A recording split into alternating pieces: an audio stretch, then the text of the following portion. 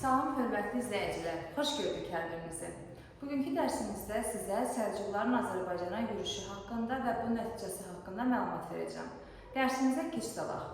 İlk öncə söyləmək istəyirəm ki, Səlcuqlar Oğuz tayfalarının Qınıq boyuna mənsub idilər, türk mənşəli tayfa idilər və bu Səlcuqlar öz adını Səlcuq bəyin adından götürmüşdülər. Onların əvvəlki ana vətəni, əsas məşğullaşdıqları ərazi Mərkəzi Asiya ərazisi olmuşdur. Və bu Mərkəzi Asiyada yaşayan Səlcuqlar daha sonraki zamanlarda digər ərazilərə işğalçılıq yürüşləri etməyə başladılar. İlk öncə Səlcuq bəyi rəhbərliyi altında olan bu Səlcuqlar 11-ci əsrin 70-ci illərində Buxara ətrafında məskunlaşdılar. Daha sonra isə 11-ci əsrin əvvəllərində Xorasan bölgəsinə gəldilər.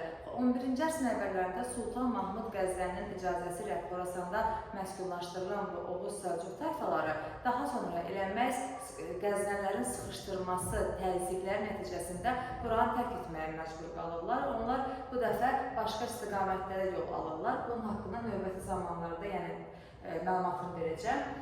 Səlcuqlar Xorasanda məskunlaşdıqdan sonra burada Səlcuq dövlətinin yaradılmasına nail oldular. 1038-ci ildə məhz Səlcuq bəyin nəvələrindən biri olan Toğrul bəy tərəfindən Böyük Səlcuq dövləti yaradıldı. Paytaxtı Nişapur şəhəri seçildi. Bu Mərkəzi Asiya bölgəsində yerləşən bir şəhər idi. Lakin hələ bu dövlətin yaranmasından da öncə Səlcuq bəyin nəvələri Toğrul bəy və Çağrı bəy birlikdə Qaraxanlı Qəznənlərə qarşı uğurlu mübarizə aparmışdılar və digər ərazilərə işğalçılıq yürüşləri, kəşfiyyat yürüşləri həyata keçirmişdilər. Hətta söyləyə bilərik ki, 11-ci əsrin əvvəllərində təxminən 1015-ci ildə Çağrı bəyin rəhbərliyi altında Bizans bölgəsindən istiqamətindən yürüş edildi. Eyni zamanda Bizansa yanaşı Azərbaycanın cənubu, Naxçıvan, Dəbil, Van Gölü hövzəsindəki ərazilər tabe edildi.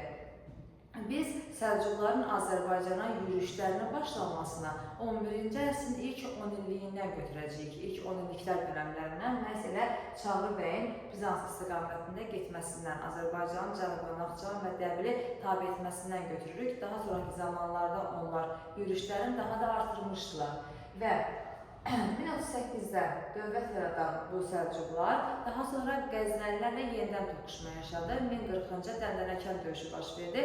Dəndənəkən döyüşündə Səlcuqlar qalib gəldi, Qəznəlilər məğlub oldu.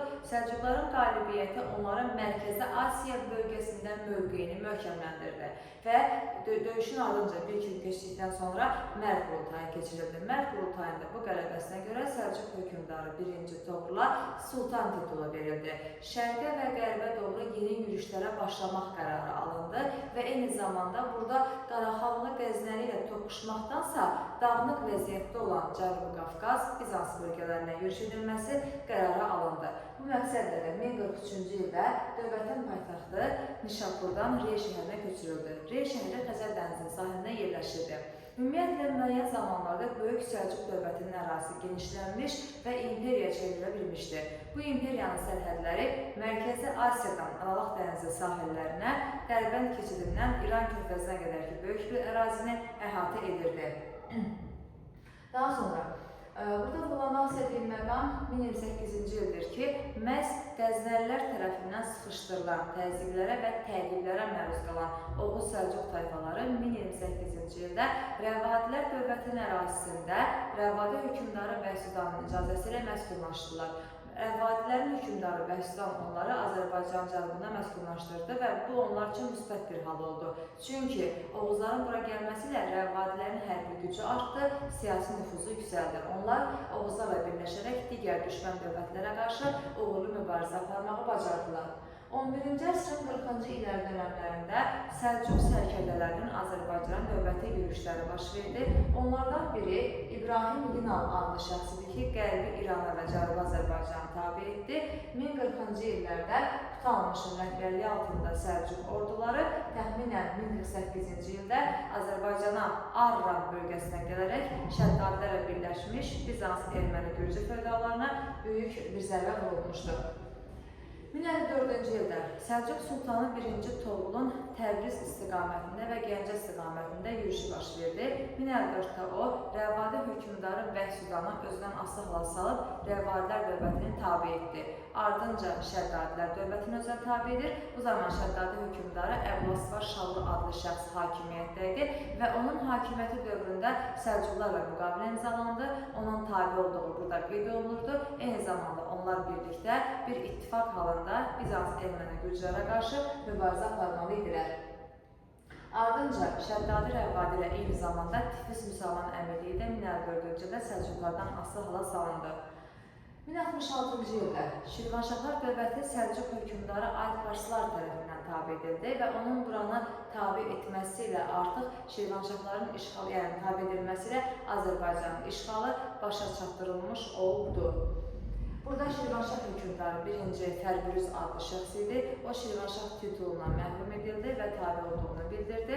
İmzalanmış müqaviləyə əsasən 40 min dinar məbləğində hər il Səlcuqlara xərac ödəməli idi. Və yenə vurğulayıram, Şirvanşahların tabi edilməsi ilə Səlcuqlar Azərbaycanın işğalını başa çatdırdılar 1066-cı ildə. Belə bir məsələni vurğulamaq istəyirəm ki, Səlcuqlar Azərbaycana biz deyirik ki, Türklərin axın etdiyi 3-cü axın hesab olunur. Çünki 1-ci axının eradan əvvəl 7-ci əsrdə Kimmer, İskit, Saq tayfalarının axını idi. 2-ci axın bizim eranın 4-7-ci əsrlər dövründə Hun, Sabil, Barsil, Xəzər, Bulqar tayfalarının Sasan dövləti ərazisindən, yəni Azərbaycana olan yürüşləri idi. 3-cü böyük axın isə 11-ci əsrdə Səlcuqların axını oldu. Səlcuqların bura gəlməsi ilə onların yerli Azərbaycan əhalisi ilə qaynayıb qarışma prosesi baş verdi. Cənubi Qafqazda Türklərin mövqeyi möhkəmləndi. Eyni zamanda Türklər Cənubi Qafqazda siyasi və etnik amilə çevrildilər. Və vurğulamaq istədiyim məqam budur ki, onlar yalnız Cənubi Qafqazda yox, Ön Asiya ərazisində nüfuzlar qaldırdılar. Səlcuq dəstələrinə böyük zərbələr endirildi. Bizans erməni gürcü feodallarına qarşı mübarizə müəyyən qədər asanlaşdı və şərq dövlətlərini, digər qərb dövlətlərinin işğal etməsinə qarşı uğurlu mübarizə aparılmış oldu. Burada belə bir işlərin məqamı vurğulamaq istəyirəm ki, sual yana bilər ki, nə üçün Səlcuqlar Azərbaycana yürüş edərkən asanlıqla buranı tabi edə bilirdilər? İlk növbədə burada vahid bir dövlət yox idi, yəni parçalanmış haldaydı. Bir tərəfdə Şirvanşahlar, bir tərəfdə Şəddadilər, digər bir tərəfdə isə Rəvadilər dövləti vardı. Buna görə də vahid dövlət olmadığı üçün vahid bir qüvvə də yox idi, onlara qarşı mübarizə apara biləcək. İkinci növbədə Səlcuqlar bizim soydaşlarımız hesab olunurdu. Çünki etnik tərkib baxımından onlar da bizdə türk mənşəli əhali idik. Üçüncü növbədə isə Azərbaycan xalqı Səlcuqların köməyindən istifadə edərək Bizans erməni gürcü feodallarına qarşı Azərbaycanın onların işğal etməsinə qarşı uğurlu mübarizə apara bilirdilər. Bu saydığım məqamlar məhz Səlcuqların bizə asanlıqla tabi edilməsinin xüsusiyyətləri idi. Amma təbii ki də burada bir məqam vurğulamaq istəyirəm ki, bir qədər dərsliklərdə kənarda qalmış bir məqamdır ki, Səlcuqlar Azərbaycana yürüş edərkən onlara ən çox müqavimət göstərilən ərazi, yəni onlara tabi olmaqdan boyun qaçan ərazi Xoy və Salmas bölgələri idi ki, onlar nəhayətində Xoy və Salmas bölgəsini tabi etməyə nail olmuşdular. Səlcuqların Azərbaycandakı ağalığı dövrünə gəldikdə, onlar yəni bu dövrdə iqtal torpaqları paylayırdılar Səlcuq əmirlərinə. Bunlar ilk əvvəlki dönəmlərdə şərti verilən torpaqlardı, daha sonra isə irsən keçməyə başladı. Uz torpaqları vardı. Uz torpaqları isə dövlətin sərhədlərini, sərhədyanı ərazilərini qoruyanlara verilirdi, müsəlkələrə verilirdi. Burada vergilər haqqında məlumat vermək istəyirəm ki, vergilərin içərisində deməli, təbii ki də burada müəyyən qədər məhsul vergisi də var idi, amma ondan əlavə silah bahası, nal bahası, şərəf bahası adlı hansı ki hökmdarın ordusunun sərfiyyatına xərc edilən bu cür vergilərin hansı yerli əhali tərəfindən alınırdı. Səlcuqların Azərbaycandakı ağalığı yenə vurğulayıram 11-ci əsr dövründə baş verir, təbii ki müəyyən zamanlar da əhatə etmişdi və burada Sultan Məlikşahın dövrü ən böyük çiçəklənmə dövrü hesab olunurdu, həm Azərbaycanın, həm də öz dövlətlərində. Çünki Sultan Məlikşahın dövründə Azərbaycan Səlcuqların tərkibində olduğu bir zamanda vahid çəki ölçü pul sistemi yaradıldı. Bəzi ticarət yollarının, karvan yollarının təhlükəsizliyi təmin olundu. Bəzi tacirlər bəzi ticarət rüsumlarından azad edildi. Bu kimi məqamların olmasına görə Azərbaycan da təbii ki, iqtisadiyyatı dirçəlmiş oldu. Lakin dövlətin bu qədər güllük gülistanlıq olmasına baxmayaraq, Sultan Səncərin hakimiyyəti dövründə 1118-1157-ci dövrlərində artıq Səlcuqlar zəiflədilər və onların Azərbaycandakı artıq mövqeyi də zəiflədi və Səlcuqların parçalanması dövründə yaradılmış dövlətlərdən biri də Azərbaycanda meydana gəlmiş Azərbaycan Atabəylər dövləti idi ki, Şəmsəddin Eldəniz tərəfindən yaradılacaq. Növbəti dərsimizdə artıq Atabəylər haqqında məlumat verəcəm. Oldu, sağ olun.